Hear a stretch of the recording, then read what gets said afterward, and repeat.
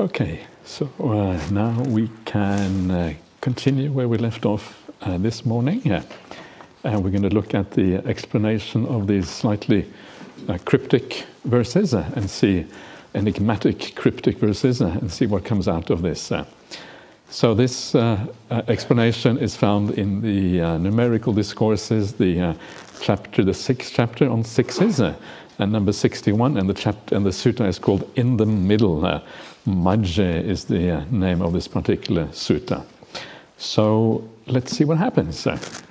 So it starts as usual. It goes with, so I have heard at one time the Buddha was staying near Varanasi in the deer park at Isipatana. Now at that time, after the meal, on return from alms round, several senior mendicants sat together in the pavilion, and this discourse came up among them. Reverends, and this was said by the Buddha in the way to the far shore, in the questions of Metteyya. And now, of course, now you recognize the verse, we just saw it before.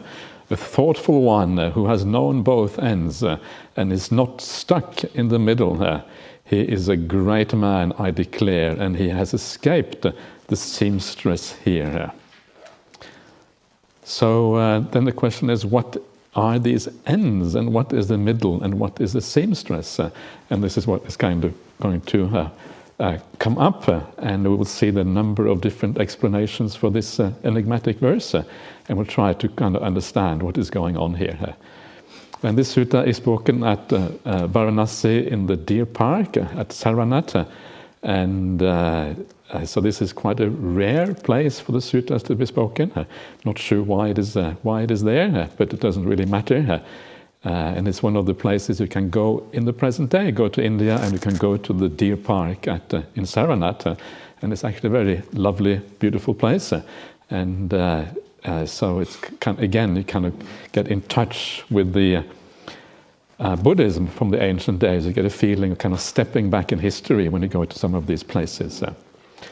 So all of these senior monks are sitting around and they are discussing, and they all have different opinions, which is kind of nice. Yeah, everyone is kind of has their own ideas about what these verses mean, which is sort of nice. It kind of the debate is very open and free, and there's kind of no kind of party line that has to be followed, but there is a open inquiry into these things, which is the way things were in India. It's kind of has that kind of society, which is kind of similar to how we often think about things in the present day. So then it goes on. What is one end? What is the second end? What is the middle? And who is the seamstress? When this was said, one of the mendicants said to the senior mendicants, contact, reverence, is one end. The origin of contact is the second end. The cessation of contact is the middle. And craving is the seamstress, for craving weaves one to being reborn in one state of existence or another. That's how a mendicant directly knows what should be directly known, and completely understands what should be completely understood. Knowing and understanding thus, they make an end of suffering in this very life. So, again, this is not very obvious what this means. Yeah? Contact is one end, the origin of contact is the other end. But very often in the suttas, you can know roughly what is meant by context, and also by the kind of words that are used, because words tend to be used in certain situations, and they have certain meanings according to how they're used. And so the origin of contact here is the passa samudaya. Passa is contact, samudaya is the idea of origination, and the ending or cessation of contact is passa nirodha. Nirodha is the ending of things. And when we talk about samudaya and nirodha, usually these concepts are used in the context of dependent origination. And very often it is about the idea of rebirth that is implied with these things. So I would say that very likely what is meant here, that this somehow refers to the idea of being reborn.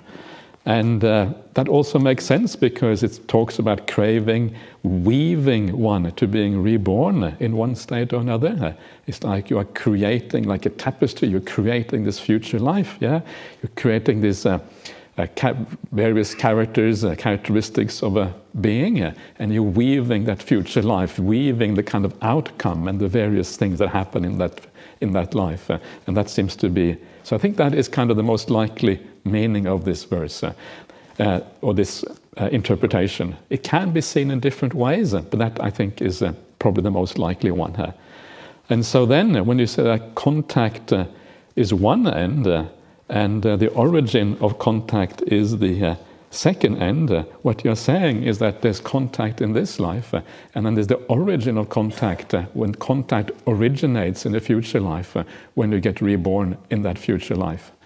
Yeah, and of course the thing that drives that re-emergence of contact in the future life is always craving. So craving is a seamstress. It's a seamstress that unites contact in this life with future contact in the next life, in the subsequent life. So what is contact? What does that actually mean? And for many of you, it may not be very meaningful because you have to be used to the kind of the Buddhist terminology to understand this. The Pali word is passa. Passa means to touch, quite literally. You touch something, you contact it. Yeah, you get into, there is a meeting of things. That is the idea of contact here. And the way it is always defined in the sutta as the idea of contact is the idea that there is the sense. Yeah, you have a sense like the seeing, for example, is the sense base. And then you have the object, the thing that you see. And when you kind of get the object and the sense base coming together, from that arises consciousness. Yeah, consciousness comes from the sense base and the sense coming together, and of course there has to be attention as well. You have to attend to something, and then the consciousness arises in that sphere. And when the consciousness, the sense and the object of the sense, when they come together, Sangiti means literally coming together. That's when you contact the world, you experience the world.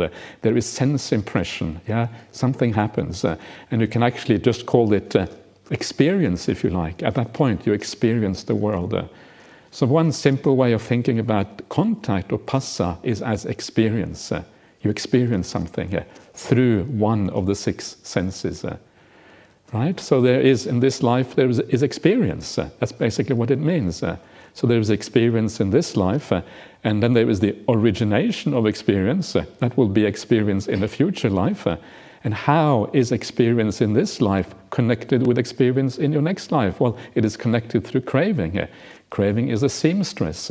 It weaves, pulls these things together so that there is a continuation from one life to the next one. Yeah, it moves on from one life to the next one. And this seems to be kind of the idea here. And the idea all the way through, because craving is always the seamstress, is to show the problem of craving, how craving drives everything. Craving creates everything. Craving makes things go on. And if you want to make an end of things, an end of contact, of experience, or whatever it is craving that is the issue. That is where kind of the work has to be done. So we need to reduce the craving and eventually overcome craving completely. And then there is the idea of the middle. What is the middle? The middle is here said to be the cessation of craving. Sorry, the cessation of contact. So passa nirodo, or nirodha, is the cessation of contact. And so what does that mean, the cessation of contact? This is in the middle. Well, one way of thinking about this is as dependent origination. Yeah? Dependent origination and dependent cessation. Dependent origination creates the contact in the future life based on your ignorance, based on the craving.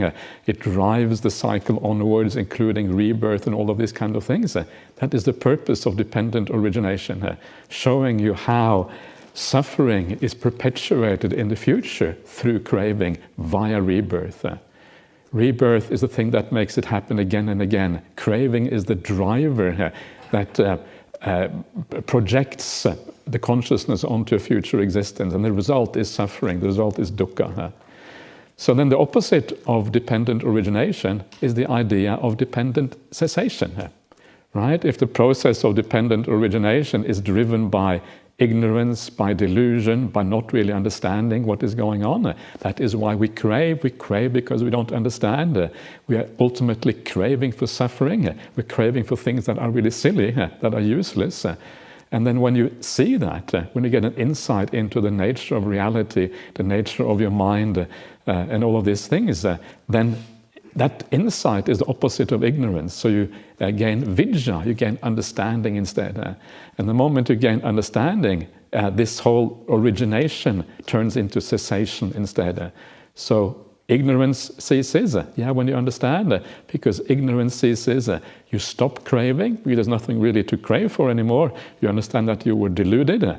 There's a beautiful simile somewhere else in the suttas about a piece of cloth, and it's that you're blind, and you get given a piece of cloth, and someone tells you, this piece of cloth is really nice. It's a beautiful, white, clean piece of cloth. But because you're blind, you have no idea what you're getting. You just take it on faith, And then one day you gain your eyesight back again, and you realize it's this dirty old rag. It wasn't clean at all. It was terrible. And then you get really upset and angry with the person who sold you that cloth. And this is like insight into the nature of reality. We're all told, it's so wonderful in the world. You go and have a nice relationship, and you work really hard, you make money, and you'll be really, really happy as a consequence. You are sold a dirty old rag. That is the simile there. And it's very sort of evocative of what is kind of going on. And this is what you see when you're at the root. You lose your ignorance, and you gain insight, and then from that the whole cessation process happens. And so even though you continue contacting and experiencing the world in this life, there is no renewal there's no rebirth in the future, so there's no renewal after you die. And that's why the whole process stops as a consequence of that insight. The craving is gone. So this is then the middle. I'm not sure exactly why it is the middle, but this is the idea of the middle here, the cessation process of dependent origination. And this is similar also elsewhere in the suttas. The dependent origination is often called the middle. It is the middle between, usually the middle between annihilation and eternalism. And here it is a similar kind of thing, the difference between carrying on or I guess contact in this life or whatever it is. So this is one way of understanding it. I'm not sure, many of you may be baffled about what I'm talking about. Some of you will understand because you've been around for a long time. And if it is baffling, don't worry too much about it. But there will be some of the ideas I talk about that you will recognize quite easily. But this is this is how the process, really about how the process of rebirth is happening through this process of dependent origination. And craving is the driver of this whole process. So craving weaves it together. It's a seamstress that kind of weaves together one existence to the next one. And when craving is gone, there's no more weaving, and so it stops. So that is how a mendicant directly knows what should be directly known. This is the knowledge of the dependent origination, understanding how it works. And when you understand it, it ceases gradually by itself. And then completely understanding, the difference between completely understanding and direct knowing is just that direct knowing is usually a preliminary knowledge of the stream enter, and complete understanding is the full knowledge of the arahant usually. So it's like just one step further, but the content of the knowledge is basically the same. And because you have this knowledge and understanding, you make an end of suffering in this very life. So this is, to my mind, the correct understanding of this verse, and then kind of what you would expect. But there are also alternative understandings as well. And another way of thinking about how this works is just when just during daily life there is a continuous origination of contact. All the time we are experiencing things, and whenever you shift your attention, say you are seeing something, then you're hearing something, you're tasting something, at every time there is an origination of a new experience. Experience originating all the time. And if you watch those experiences, they also obviously cease as well. They originate, they cease, something else originates, then it ceases. And this is understanding this process more in terms of the momentariness of the mind, how the mind is always changing, from one moment to the next one. And it can also be understood in this way. And what is interesting about Passa, when we talk about Passa, we talk about experience. I was saying it comes from the coming together of three things. The sense base, the seeing, the hearing, whatever. The object that comes into range of that sense base. And then the consciousness that makes you aware of what is going on. That kind of makes sense, right? You have to have the sense base, the hearing, the seeing, you have to have the object, and then you have to have the awareness to know what is happening. Those three things coming together. And then you have an experience when that happens. And that sounds very kind of mechanical. It sounds neutral, right? It sounds as if, you just have an experience and that's kind of the end of it. But actually that's not really the case. Because all of these experiences that we have, we come to that experience with all our proclivities, with all our defilements, with all our senses of I am, with all our cravings, with all our conceits. All of these defilements are there. And because of that, the way that we experience this is not a mechanical thing at all. It depends on our defilements, it depends on our craving and all of these kind of things. And so you will have a tendency to, if you are hungry, you will tend to smell nice food. If the food is there, that becomes very important. But if you have just had your meal, you don't want to smell any nice food. You do something else. So where we are coming from, what our defilements are, will have a very important impact on how we experience the world and what we experience in the world. And this is the role of attention in that experience. We attend to things according to our defilements. We attend to things according to our proclivities and all of these kind of things. So experience the world is not neutral. Experience in the world is very personal, and it depends on you, your character, your background, what you want in your life. So this experience of this room right now is going to be unique to every one of us. We're all going to see this room in slightly different ways because of that personality that is there.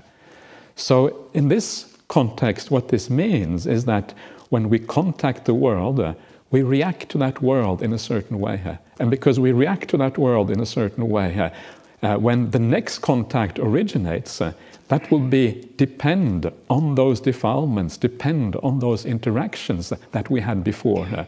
So our previous contact will influence and will condition our subsequent contact, the arising of subsequent contact, what we attend to, how we attend, and all of these kind of things. What we crave, and all, etc., etc. So you can see, again, this is an alternative interpretation. I don't think it is what is actually meant here, but it is sometimes the way these verses are interpreted. And for that reason, I'm kind of bringing it out. And that's why craving there is the seamstress, because craving then decides how that future contact happens and where it happens. Craving kind of guides the mind, makes the mind attend to certain places and not attend to other places. And then there is the middle. The middle is then the cessation of contact, passa nirodha. And that is the idea when you see the ending of contact. Understanding that contacts or experiences always have an end. There is no controlling of experiences.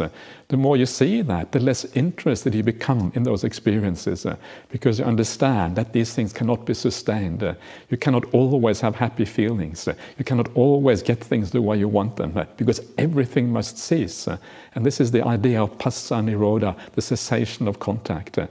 And the idea is, if you see this enough, then eventually you will give up that craving, because you understand actually you can't control it anyway. So what's the point of going after things and then you just get disappointed when it ceases and you get fed up with everything, and then eventually you overcome the problem in this way. That is an interpretation favored by some, but I don't think it is actually the right one. I think the right one is the one about rebirth. And I was very happy to see that this is what I felt, and the commentary agreed with me, which kind of kind of a nice sign, that this is probably heading in the right direction here. And one of the reasons why the second interpretation is a little bit dangerous is because this idea of just seeing the ending of contact, very often it is not profound enough, it is not deep enough. You need the samadhi, you need the stillness of the mind, you need an alternative approach very often for seeing these things properly. And just kind of seeing the experience always changing is not enough to really give you that sense of futility, that this just doesn't work out. So these are two ways of interpreting this, and it's it's technical, but it's interesting because it kind of gets down to the nitty-gritty of what Buddhism is about, the idea of dependent origination. And the main point of all of this is just to point out that craving is always the problem. Craving is the driver of all of these processes, and it shows you the danger of craving and why we need to overcome it. So, does that make sense to anyone? I'm not even sure if it makes sense to me, so I'm a bit unsure. But hopefully it makes a little bit of sense, and it doesn't matter. The point is not to understand everything, because sometimes we need to stretch our understanding a little bit, but at least to have some idea of what is going on there.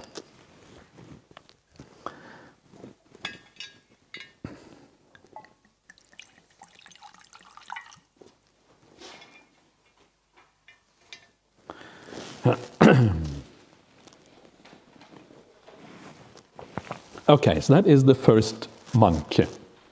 And then we have the second monk. And the second monk, when this was said, one of the mendicants said to the senior mendicants, the past reverence is one end, the future is the second end, the present is the middle, and craving is the seamstress, for craving weaves one to being reborn in one state of existence or another. That's how a mendicant directly knows what should be directly known and completely understands what should be completely understood. Knowing and understanding thus, they make an end of suffering in this very life. So I think this one is much easier to understand. It is kind of much more obvious. The past is one end, the future is the second end. And craving is the seamstress. Craving is what kind of causes the future to be connected with the past. And again, most likely we're dealing with rebirth here, the future meaning rebirth, because that is how craving perpetuates the suffering and perpetuates the problem. The past atita, future anagata, and then the craving ensures that there is like a seamless continuation there, right? Past becoming the past, moving into the future becoming the present, and then kind of a new future rising here. And it's sewn together, and that's why we have this feeling of continuity in our lives. The past feels like us, the future will feel like us, and now we're there somewhere in the middle. But it's all kind of woven together in this story, this narrative, this continuity moving along. So the idea of a seamstress here is very kind of to the point when it comes to this. But the middle, again, obviously here the middle is kind of obvious, it is the present. And in all of these cases, the middle really provides the solution to the problem. In the previous one, the middle was the cessation of experience, the cessation of contact. That is the solution to the problem. When contact ceases, when passa nirodha, when that happens, that is where you resolve the problem of this continuous ongoing of experience. And in this case, it's similar here. The solution is always found in the present. You see the past, you see the future, and you come to the middle. The middle is the present, and that's where you want to be here, to be able to resolve this. And when you understand the present fully here, it's through that understanding of the present and through understanding of the conditionality, how craving perpetuates rebirth and these kind of things. In other words, understanding the idea of dependent origination. Through an understanding of that, through insight into what is happening now, that is how this whole thing gets resolved. And then the future is no longer woven by craving. Craving stops, and this whole tapestry doesn't exist anymore, and the future comes to an end. And that is kind of the purpose of this. But it happens through the present. That is what insight happens. And I mentioned the other day about this beautiful verse in the Bhaddekaratta Sutta, Majjhima Nikaya 131, which talks about not going into the future, not kind of holding on to the past, but seeing clearly into the present. Pachupanna Dhamma, I think it is. Pachupanna is the present. Dhamma is like qualities of things. And seeing is here vipassati. Vipassati is related to the word vipassana. And so it means seeing clearly into the present. And as you see clearly into the present, that is where the solution to the problem arises. So the Pali word for the middle here is majja. Majja is related to majjhima. Majjhima patipada, the middle way. So I think that the idea here of the middle is always about the solution, the middle way, how we kind of get out of the problem, right? So the ending of the cessation part of dependent origination, or here the idea of being present, letting go of the past and the future.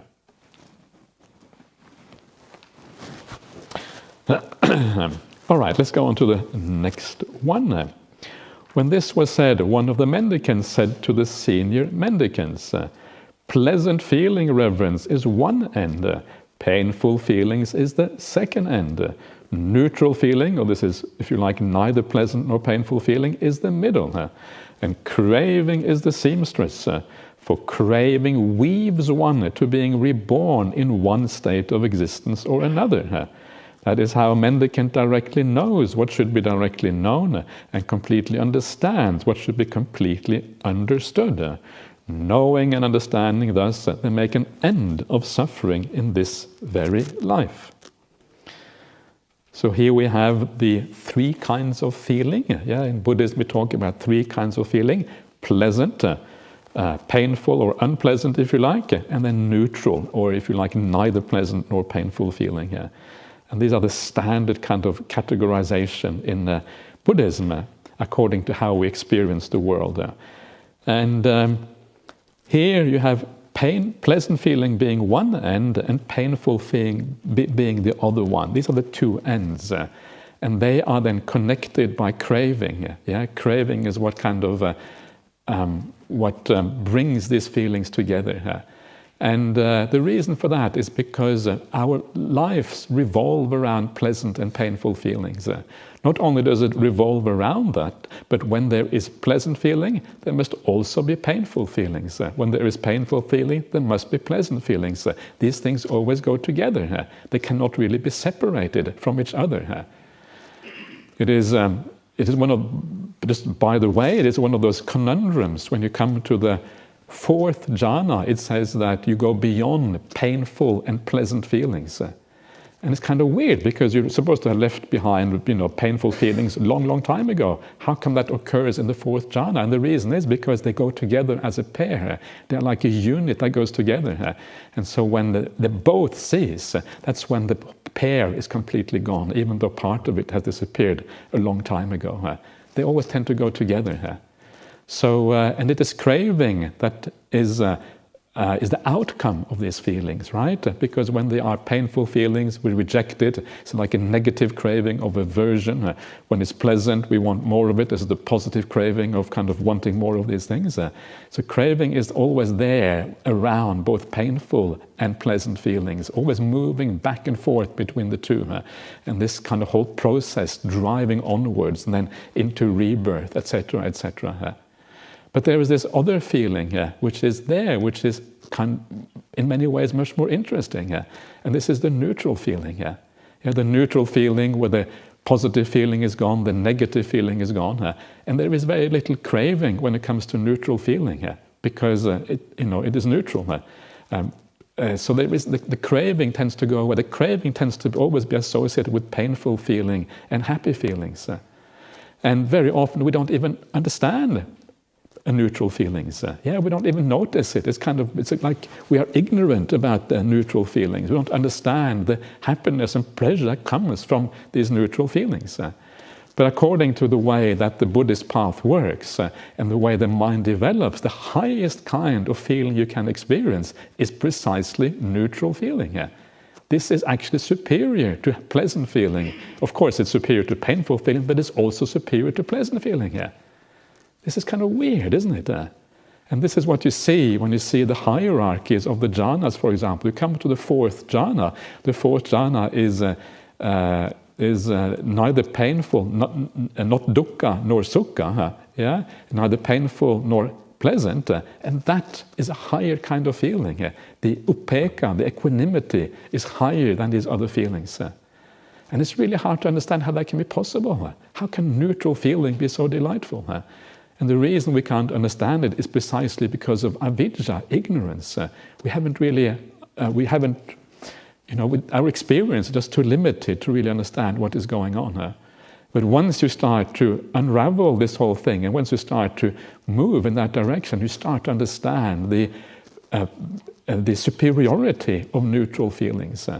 And so this is why the neutral feeling are kind of part of the solution here, because you put aside the pain, you put aside the pleasure, which is always driven by craving, driven by desire. You put that aside, desire tends to disappear, and that neutral feeling becomes the ground for insight, the ground for actually understanding reality, especially when it has to do with the fourth jhana, etc. Yeah? You've gone a long, long, long way on the path. So neutral feeling is the solution very often. It is the way out of the other feelings because it gives you an alternative perspective on reality. It gives you a higher kind of understanding of what is going on here. And based on that, you gain the insights, and then you end rebirth as a consequence. So these are my understandings, right? And I think they are reasonably accurate, otherwise I wouldn't be saying them. But there may very well be alternative ways. I'm sure there are alternative ways of understanding this. So let's go on to the next one.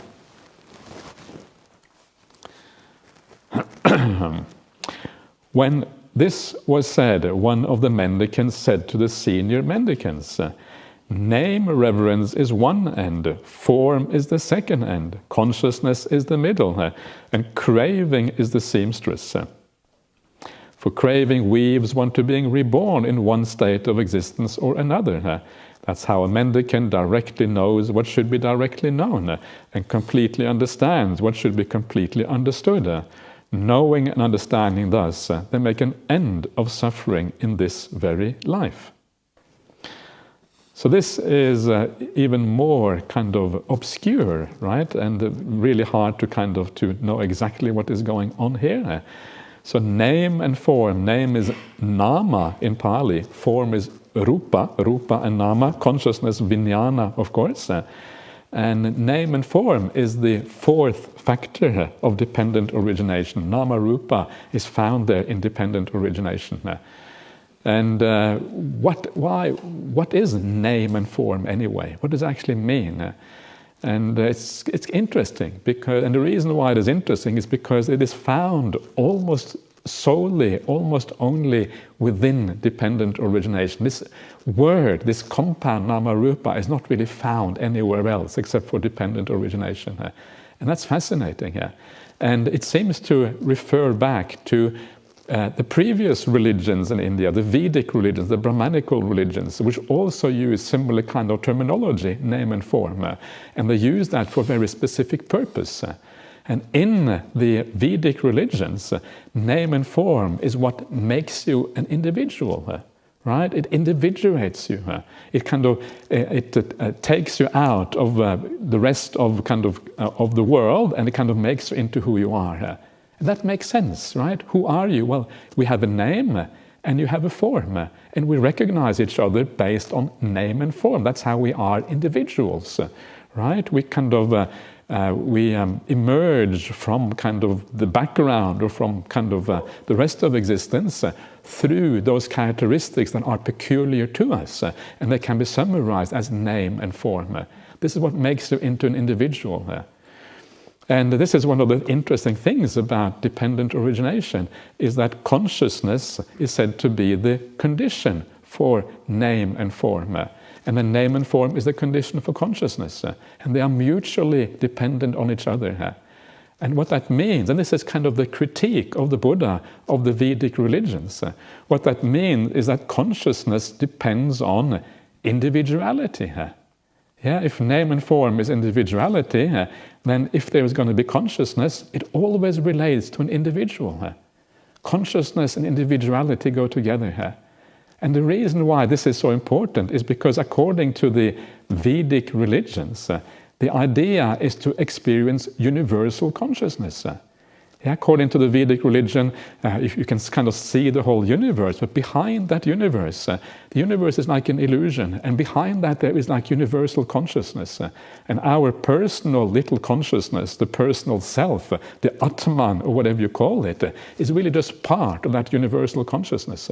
This is the Vedic idea of everything being the same, the ground of consciousness. Everything is undifferentiated. But Buddhism says no, it isn't like that. In fact, all consciousness is individuated. All consciousness only exists as part of an individual. And if you end the individual, you also end the consciousness. There is no universal consciousness. And this is kind of the ideas behind this. And so these are some of the very profound ideas in Buddhism. And they are the way that Buddhism kind of, if you like, criticizes or goes beyond the existing religion at the time. And this is this is kind of how this works. And so what we are seeing here is something similar. We're understanding the individual name. Name is like, in this case, you have a name, but it is kind of expressed through your mind. The mental qualities are your name, and rupa is like the physical qualities. These are the two ways in which you can be understood as an individual. And this name and form depends on consciousness for its existence. And then consciousness in turn depends on name and form. The two supporting each other, like two sheaths of reed leaning against it. This is kind of a simile from the suttas. Two sheaths of reed leaning against each other. And they both need the other to be able to stand up like that. And so that's why consciousness here seems to be called the middle. It's kind of slightly strange. It is the middle because it is the solution. So if you want to give up name and form, if you want to give up your individuality, you want to make an end of existence, consciousness is the solution. You have to make an end of consciousness. That is the solution here. And again, it is craving that sews this whole thing, is the seamstress, sews it all together to ensure that this tapestry is kept intact. The name is sewn together with form and also with consciousness, this whole thing moving onwards into the future, again, through rebirth and all of these kind of things. But the solution is in consciousness. The solution is in ending, making an end of existence itself. This is kind of what this is about. Again, it's very hard to interpret, and I have to admit that I'm not entirely sure exactly what the correct interpretation is, or even if there is one very precise interpretation. But certainly there wouldn't be anything fundamentally wrong, I think, with what I'm saying, because it's just using the other aspects of the Dhamma to see what's going on here. So I don't know if that made any sense to anyone, but anyone will... So let's just... carry on, because I'm not exactly sure what more to say about that. So let's go on to the next one here. When this was said, one of the mendicants said to the senior mendicants, the 6 interior sense fields, reverence, are one end. The 6 exterior sense fields are the second end. Consciousness is the middle. And craving is the seamstress, for craving weaves one to being reborn in one state of existence or another. That is how a mendicant directly knows what should be directly known, and completely understands what should be completely understood. Knowing and understanding thus, they make an end of suffering in this very life. So here we have the one end being the interior sense field, the other end being the exterior sense fields, the interior sense field being the 6 senses, right? That's kind of the seeing, the hearing, the tasting, and the exterior sense fields being the objects, or the things that you taste, the things that you see, etc., etc. And this is actually very similar to the previous one. The previous one, Nama Rupa, this is a very similar kind of idea. The inner life and the external life. Nama and Rupa, interior sense field and exterior sense fields. So these are the two ends. And it is craving that kind of holds this together. It's a craving that make you experience these things. A craving that makes the inner senses being interested in the external things. So craving again is the seamstress, and it weaves this together and then carries it on into the future through that delusion that you have. And again, the solution again here is again found in consciousness. Consciousness being in the middle. And the reason why consciousness is in the middle is similar to what we saw before. You have the sense base, you have the seeing, you have the object, and for the two to work together, you have to have consciousness. Only when consciousness arises, you attend to that, do you have an experience. So the experience happens always through consciousness. Without consciousness, there can be no experience at all. So again, the solution is if you understand that the I is impermanent, you understand that the objects of the world are impermanent, that they are unreliable, you understand that these things are not interesting, the solution again is found in consciousness. You overcome consciousness, and that happens of course through practicing again the middle way. You overcome that middle, the consciousness by practicing the middle way, and eventually the unraveling of dependent origination, which brings all of these things to an end as a consequence.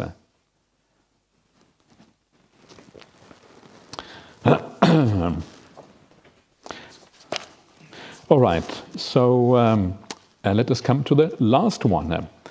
When this was said, one of the mendicants said to the senior mendicants, identity reverence is one end. The origin of identity is the second end. The cessation of identity is the middle. And craving is the seamstress. For craving weaves one to being reborn in one state of existence or another.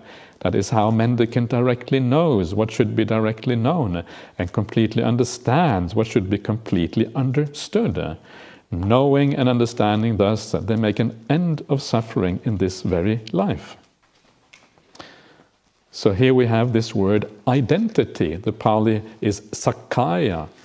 And the word sakkaya literally means, kaya is like sometimes translated as a body, but I think personality or person is a much better translation. And sat at the beginning means existing.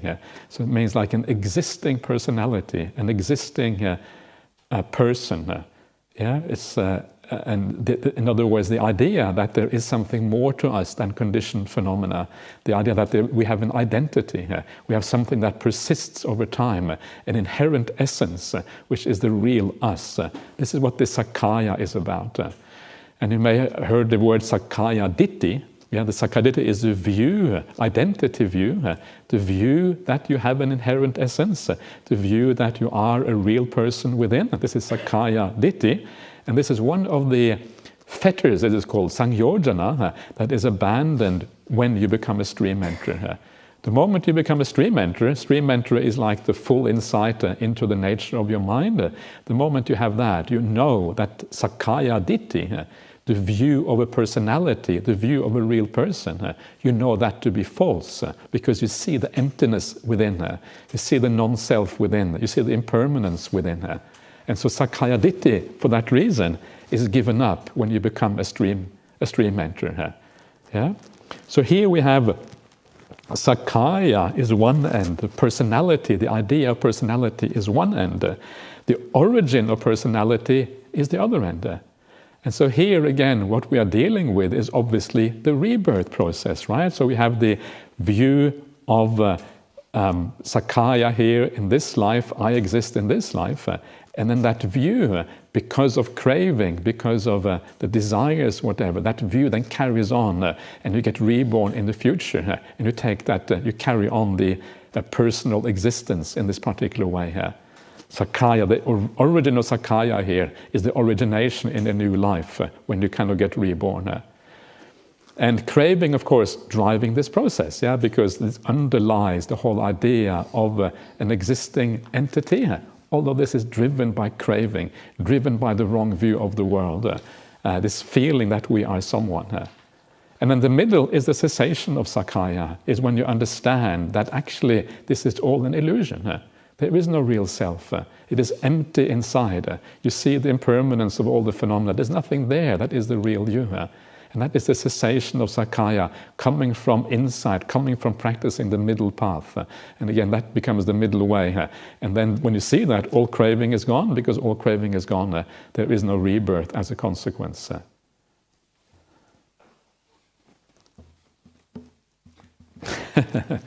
So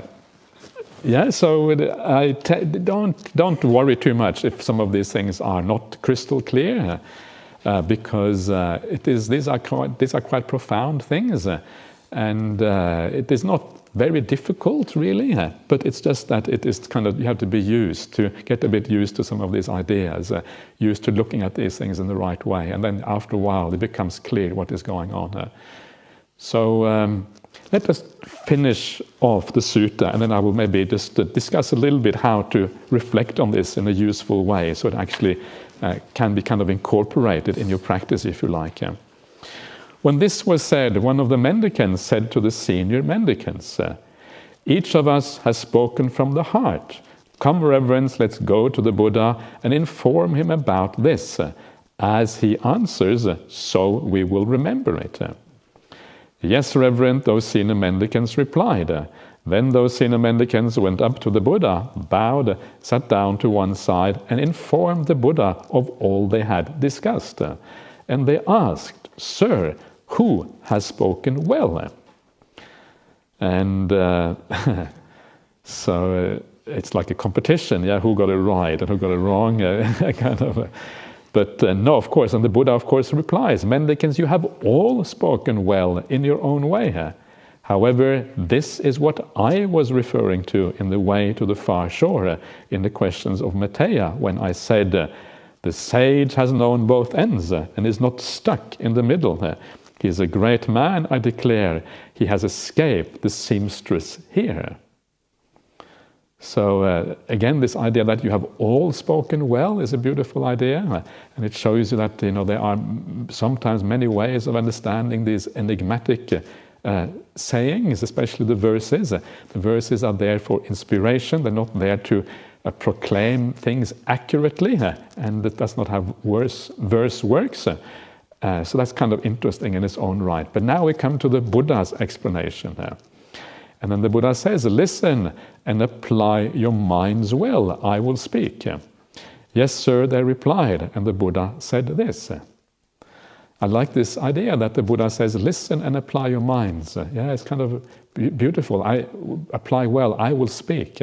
In other words, he's saying that now something profound is about to be said, something interesting. All the Dhamma that he teaches, of course, is interesting. So one should always apply one's mind. One should always take an interest. And he's just reminding you, pay attention. And if you do really pay attention to the Dhamma, something profound may happen, even just by listening to these teachings.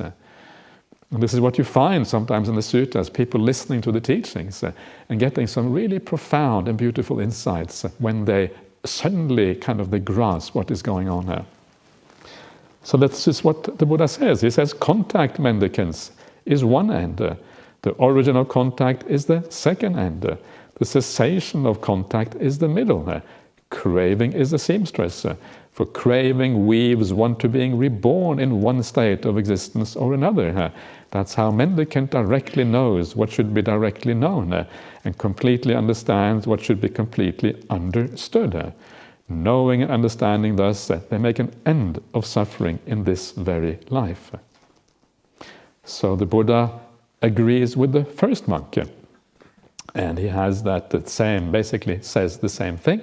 And we've already gone through this. But the idea here is the idea of rebirth is the most obvious understanding of this, and how existence, how experience in this life gets perpetuated into the future life through craving. Craving drives the rebirth process. And so when we talk about original contact being the second end, we're really talking about rebirth. And in the middle you find the cessation of contact. This is where everything stops. It is interesting that in the verse it says you shouldn't be stuck in the middle. But on the other hand, the middle here is also the solution as well. So it's kind of interesting. So I guess So I'm not entirely sure what it means, how this is to be reconciled. That you shouldn't be stuck in the middle, and the middle also being the solution, because the solution is the cessation of things. And maybe what it means is that you shouldn't think about it too much, or discuss it in too much detail, because it kind of loses some of the experiential aspect of this, maybe something like that, I don't know. But you don't get stuck on it in a certain way. You actually experience it and you go through it. This is kind of the idea here. In some of these that we saw before, it is kind of obvious what stuck in the middle means. For example, we're talking about the future and the past, and then there is being stuck in the middle. Well, stuck in the middle means that you are craving in the present. You're attaching to things in the present. That would be stuck in the middle in that context. It's kind of obvious. Or when it comes to the feelings, you have the bad feelings and the good feelings, and then there is the neutral feelings. So stuck in the middle would then be attaching somehow to those neutral feelings. So in those cases, I think it is fairly kind of clear what is going on. In this case, it's not so obvious. It could maybe mean that you are attaching to partial results, partial cessation, or holding on to things too theoretically or whatever. It is not entirely clear what is going on.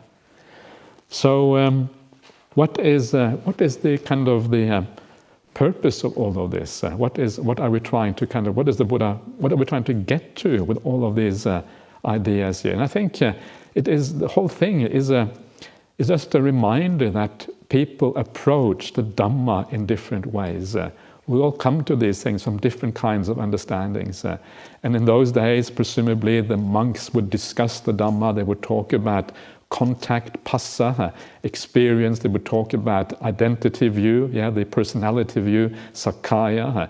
They would talk about the feelings. Feelings are very, very important in Buddhism, because feelings is what drives human existence.